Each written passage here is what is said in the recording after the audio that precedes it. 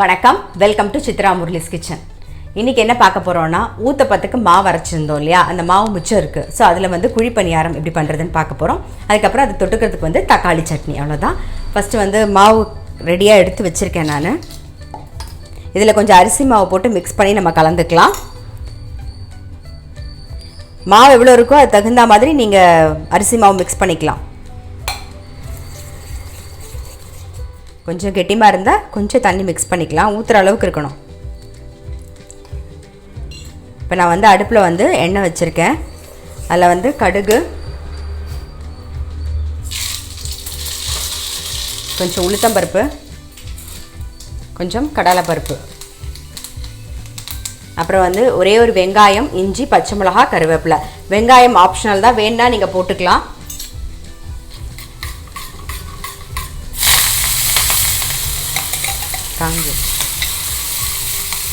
இந்த வெங்காயம் தகுந்த அளவு உப்பு போட்டுக்கலாம். ஏற்கனவே மாவில் வந்து உப்பு இருக்குது, வேணுன்னா நம்ம பார்த்துன்னு போட்டுக்கலாம்.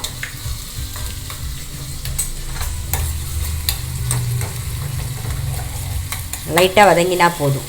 பாருங்க, இந்த அளவுக்கு வதங்கினா போதும். ஸோ ஆஃப் பண்ணிடுறேன். மாவில் மிக்ஸ் பண்ணிடலாம்.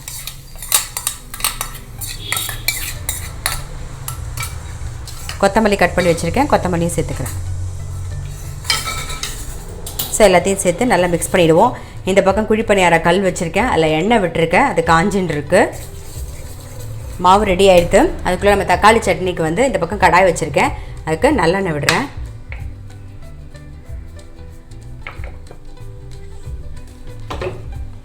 இந்த பக்கமும் எண்ணெய் காஞ்சிடுது, இந்த பக்கமும் எண்ணெய் காஞ்சிடுது, ரெண்டு பக்கமுமே காஞ்சிடுது.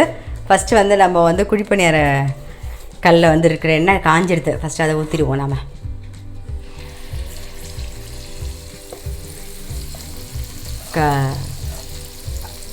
நடுவில் மாத்திரம் லாஸ்ட்டாக ஊற்றுங்க, அப்போ தான் நமக்கு எது கடைசியாக ஊற்றணும்னு தெரியும். ஸோ எடுக்கிறதுக்கு சௌரியமாக இருக்கும். இப்போ இந்த பக்கம் பார்த்தீங்கன்னா நான் எண்ணெய் விட்டுருந்தால நான் ஆஃப் பண்ணிட்டேன். இப்போ திருப்பி ஆன் பண்ணிக்கிறேன், காஞ்சிடுது அது. இதுக்கு வந்து கடுகு, கொஞ்சம் உளுத்தம்பருப்பு, கொஞ்சம் வெந்தயம் போட போகிறேன்.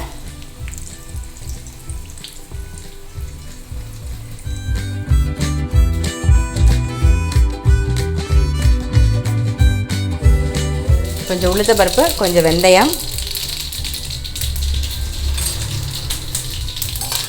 தக்காளி வந்து ஒரு 4 தக்காளி மீடியம் சைஸில் எடுத்து கட் பண்ணி வச்சுருக்கேன். கொஞ்சம் கருவேப்பிலை, மஞ்சள் பொடி கொஞ்சம் போட்டுக்கலாம் எண்ணெயில்.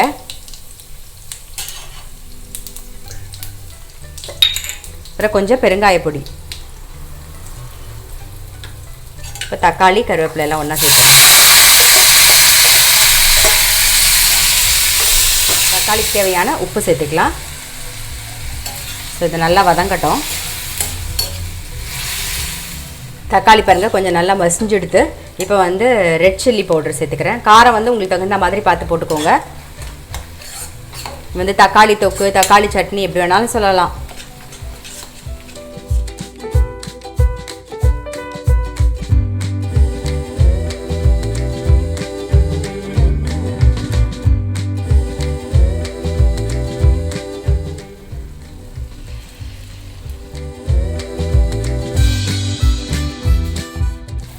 இப்போ தக்காளி சட்னியும் நல்லா ரெடி ஆகிடுது, நம்மளுடைய குழிப்பணியாரமும் ரெடி ஆகிடுது.